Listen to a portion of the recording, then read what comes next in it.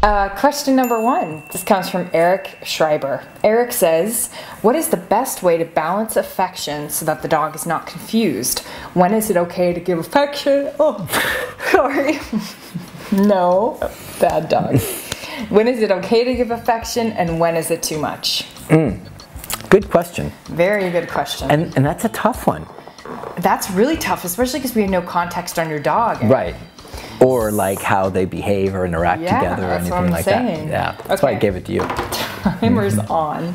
So here's the deal with affection. So Sean had mentioned that Sean's got a great blog out right now. Did you call it the 10-10 principle? Yeah. Okay. Yeah. So the essential part of that, which we talk to clients about, is basically that if you're a 10 in discipline, you can be a 10 in affection.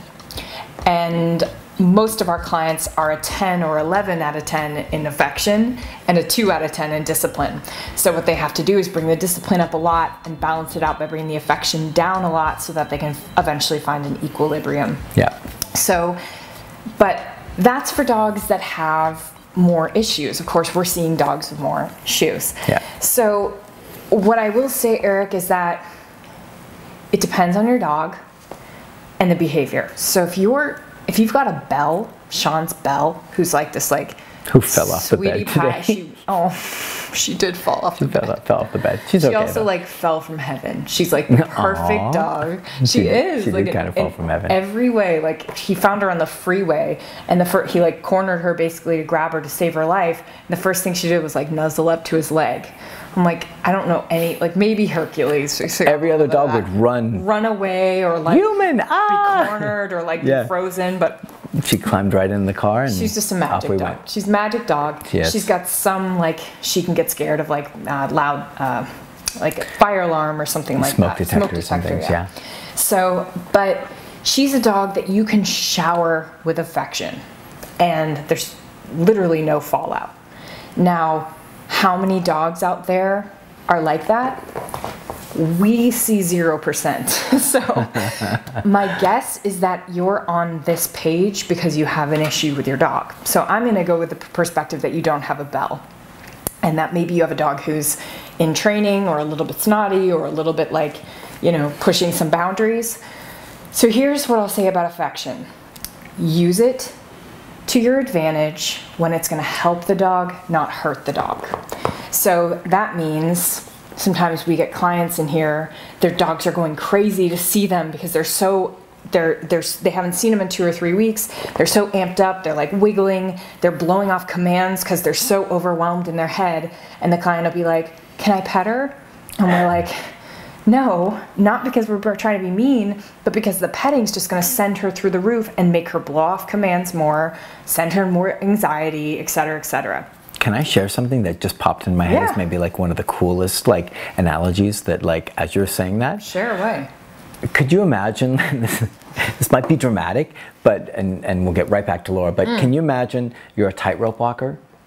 You're out, you got your beam, you're tightrope walking, and as you're out there, your friend comes up behind you and is like, you're doing great! Go and see, look at that! Wow, you're really far down, look at that! But you're gonna make it, you're looking good, come on, let's go! And you're like, so all your concentration, all your focus, all your faculties that could help you actually accomplish the task, boom, out the window, and who knows, you probably now just fallen 4,000 stories and you're dead. But I'm trying to get that concept across of concentration and focus, and human beings tend I love the one that you say, if you're taking a test and someone's behind you, like, yeah, buddy, you're doing great, awesome. Yeah, come on, man, you got number 27, come on. And you're like, I can't do this. So I think the whole thing is just that you want to use the affection, A, when the dog has earned it, and B, when it's helping them, not hurting them. That's the biggest, Yeah, so earning it would be like, you've got a dog in training, there's no major relationship issues, meaning no biting you, no resource guarding you, no guarding you, no snotty moments with you with even if it's not snapping, it's something like you call them and they kind of give you a glance like, huh, I'll be there in a second. Those types of relationship issues, those you want to ease off on the affection. Yeah. But if you just have a dog who's Can you tell them why? Why would the affection be detrimental? It just causes you to look like a soft presence, which causes the dog to not take you so seriously, or to become more anxious in your presence because you're this softie that's not taking care of things. So they have to take care of things. This is a conversation I have with most owners on the phone, is why affection doesn't help when we're bringing a board and chain. Yeah. So now, if you had just a dog who's just goofy and silly, right? Like, maybe you just have a dog who's like goofing off, amped up, yeah, and you're just training him. Use the affection when it helps him, meaning like he's like in the place that Cujo is, thank you very much.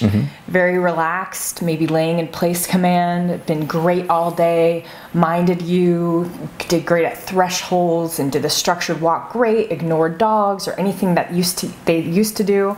Now they're hanging out in place and they're just relaxing and listening.